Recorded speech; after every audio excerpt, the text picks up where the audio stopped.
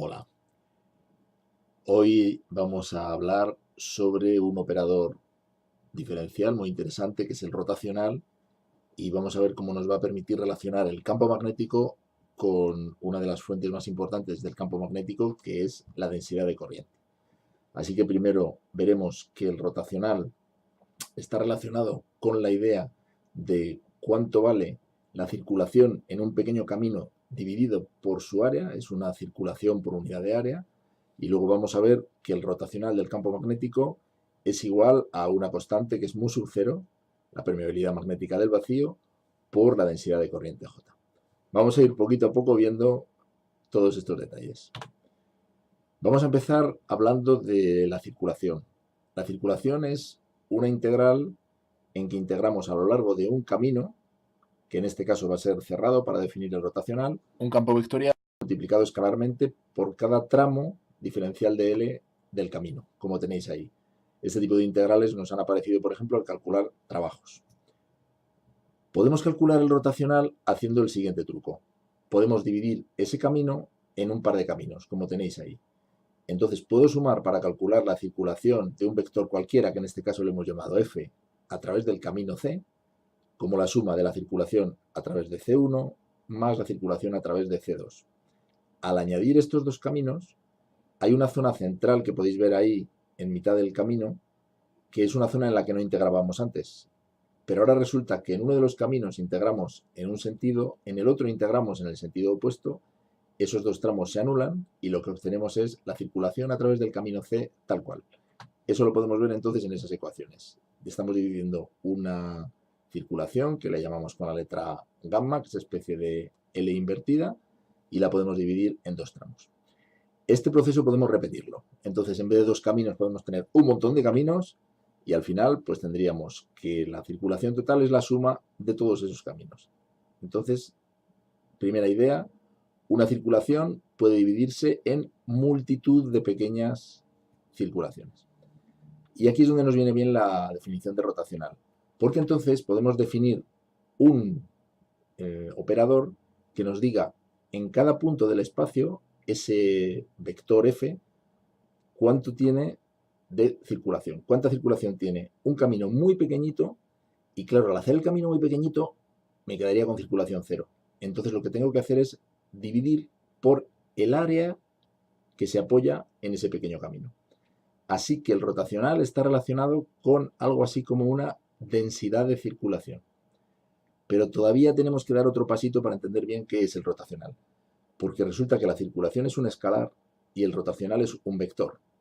¿Por qué? Pues mirad, porque cuando yo calculo esa circulación, al hacer ese camino tan pequeñito, el resultado me va a depender de cómo está orientado el camino. Es decir, no va a ser lo mismo que el camino mire hacia arriba, por ejemplo, o que mire hacia un lado.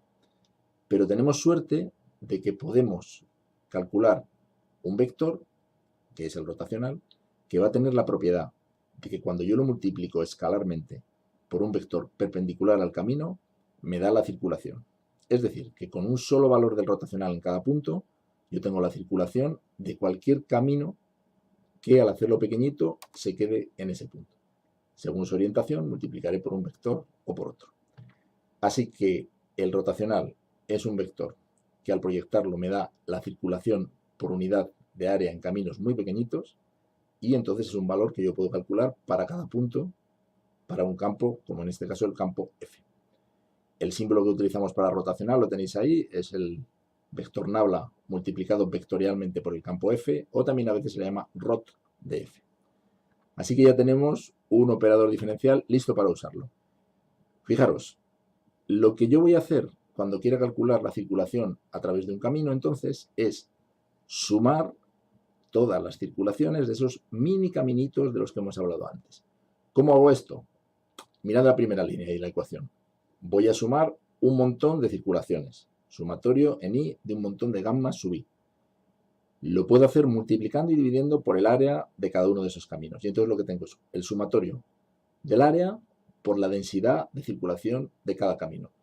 Pero es que la densidad de circulación de cada camino, si hago que esas áreas se hagan muy pequeñitas y sean muchas, es justo el rotacional multiplicado por el vector normal al camino y multiplicado por su área.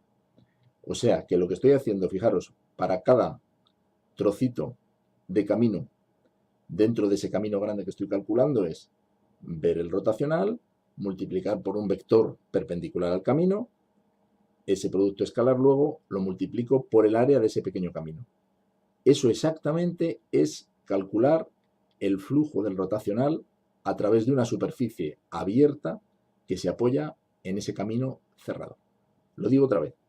Lo que estamos haciendo entonces es, en lugar de calcular la circulación del campo F, estamos calculando el flujo de su rotacional a través de la superficie que se apoya en el camino en el que estábamos calculando la circulación. Justo eso es el teorema de Stokes. Lo tenéis ahí.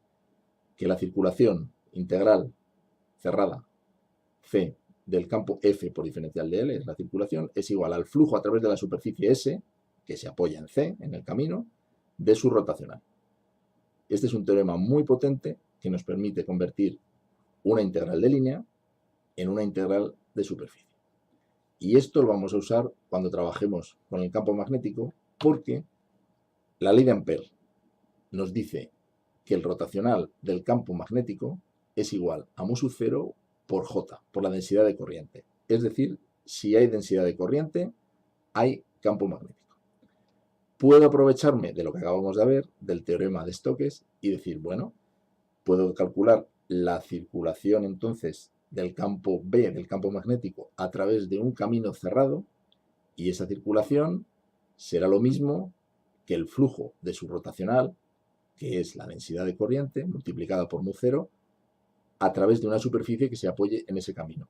Pero resulta que el flujo de la densidad de corriente es la intensidad. Así que lo que me queda ahí es exactamente la ley de Ampère en su versión integral, que la circulación del campo magnético es mu sub 0 por la intensidad que atraviesa la superficie que se apoya en el camino en el que estoy calculando la circulación. Así que, en general, nos encontramos con que en una situación magnetostática, es decir, con corrientes que no varían, vamos a tener una circulación del campo B que depende de a través de qué camino yo la calcule, porque según el camino que yo coja, la intensidad que atraviesa ese camino será distinta. Esto contrasta con lo que ocurre con el campo electrostático. En el campo electrostático, la integral cerrada de circulación del campo electrostático da siempre cero y además no depende del camino. Vamos a ver todo esto en un ejemplo. Vamos a ver cómo podemos calcular a partir de una densidad de corriente conocida el campo magnético utilizando el rotacional. El ejemplo con el que vamos a trabajar es un cilindro indefinido que se prolonga desde menos infinito hasta infinito en vertical, por el que circula una densidad de corriente no uniforme en vertical. El cilindro tiene un radio interior R1, un radio exterior R2, es un tubo. Solo hay corriente en el tubo, en las paredes del tubo. No hay corriente cuando ρ es menor que R1 ni cuando ρ es mayor que R2. Ahí tenéis en un dibujito las coordenadas de ρ, φ y z cilíndricas que estamos usando. La densidad de corriente es inversamente proporcional a la distancia al eje del cilindro. Y ahí tenéis la expresión J es igual a una constante conocida K entre ρ multiplicada por el vector K, que es el vector vertical. Vamos a escribir la ley de Ampère. Como lo vamos a escribir en cilíndricas, nos vamos a unas tablas de operadores diferenciales y tenemos todas esas derivadas parciales que podéis ver ahí. Tenemos que el rotacional de B es igual a mu sub 0 por J. En azul están las derivadas parciales que representan las componentes del rotacional en cilíndricas y a la derecha el valor de la densidad de corriente por mu 0, que vale 0 en las dos componentes que no son la vertical y vale mu sub 0 por la expresión de J cuando estoy entre R1 y R2 o 0 si estoy en el hueco o fuera del tubo. A veces estas expresiones pueden ser un poco farragosas en el caso del rotacional y difíciles de resolver, pero en este caso hay bastantes términos que por simetría se pueden eliminar.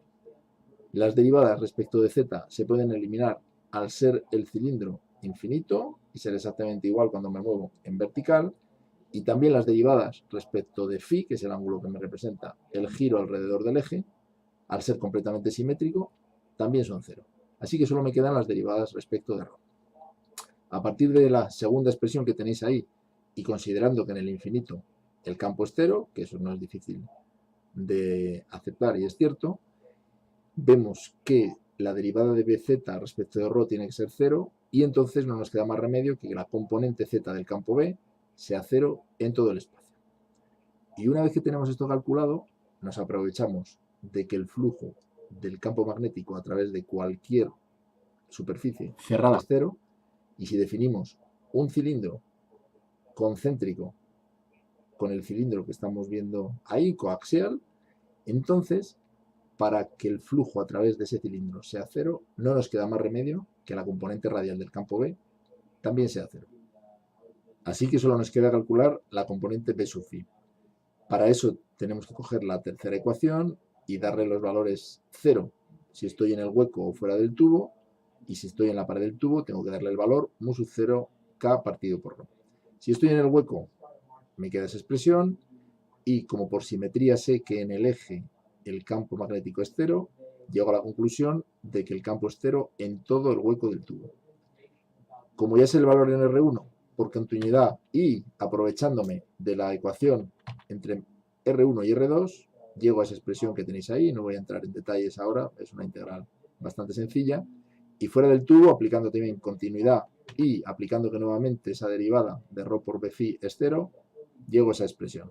Si representamos esta función a ver qué pinta tiene, el campo, la componente única que tiene, que es la componente b sub phi, en función de la distancia al eje, tengo la forma que veis ahí en la gráfica. Entre 0 y R1 vale 0, entre R1 y R2 crece, y a partir de R2 decrece inversamente proporcional a la distancia. Así que hemos visto que el rotacional es un operador diferencial que tiene un significado relacionado con la densidad de circulación por unidad de área, pero es vectorial porque tengo que proyectar ese vector según la dirección del camino.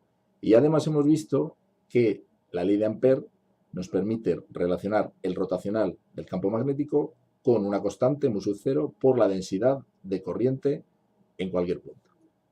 Pues esto es todo. Espero que os sirva para entender mejor este concepto un poquito complicado a veces de rotacional. Hasta otra.